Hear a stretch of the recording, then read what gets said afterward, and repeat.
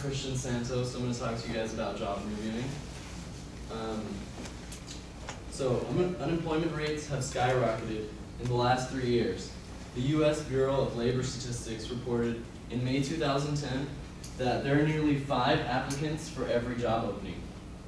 That only means one thing: competition.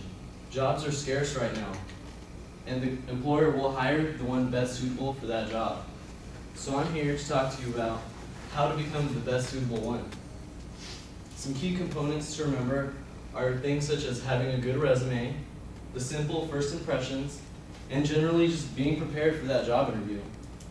I want to be able to make you walk in and give them every reason to hire you, and no reasons at all not to.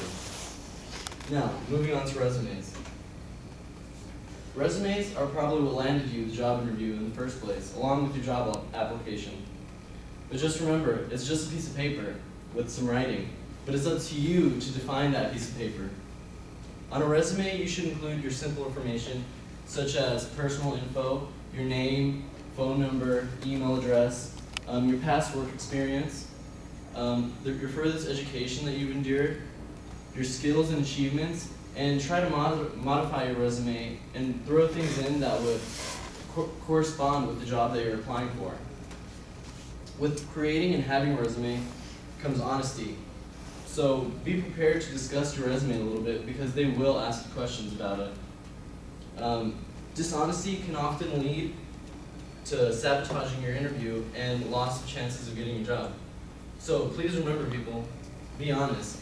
If there's a certain skill that they thought stood out to you, they might ask you a question, and if you lied about that skill, by asking you questions, it will get revealed. So once again, just remember, be honest. Resumes are important, along with your first impressions. Remember, you are being judged as soon as you walk into those company doors. So give them all the reasons to think a positive first impression about yourself.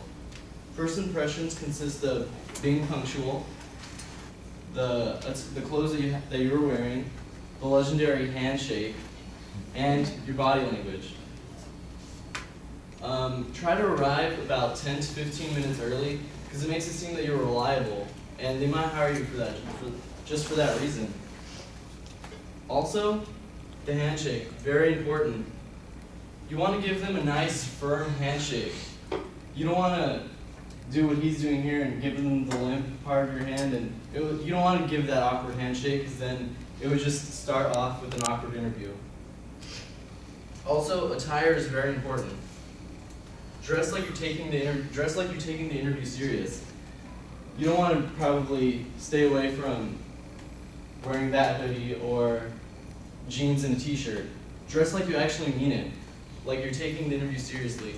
So like Barney Stinson would say, suit up.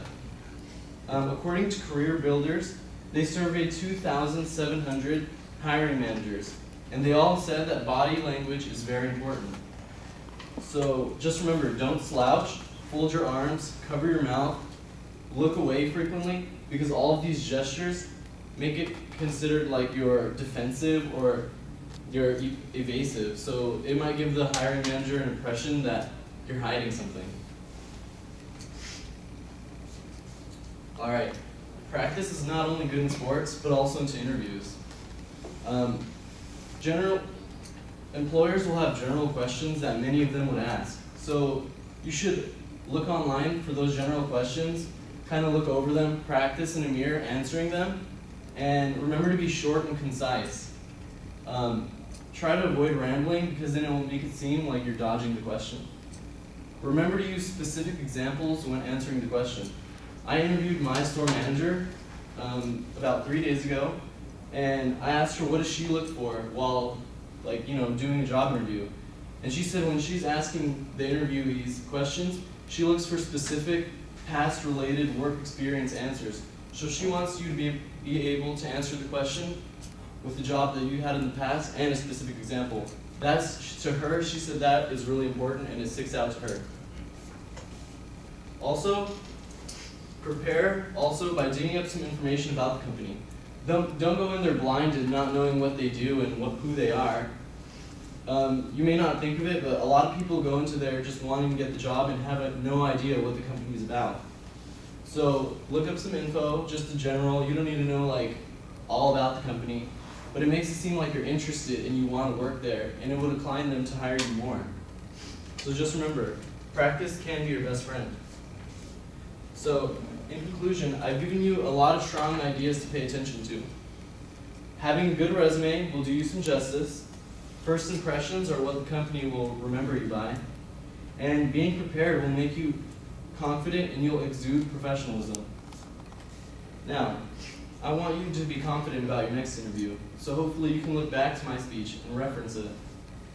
So now that I've taught you the skills to perform a confident job interview, quit your job now, apply for your dream one, and if you follow all of my steps, hands down, you'll get the job. Thank you, and good luck. Don't really quit your job.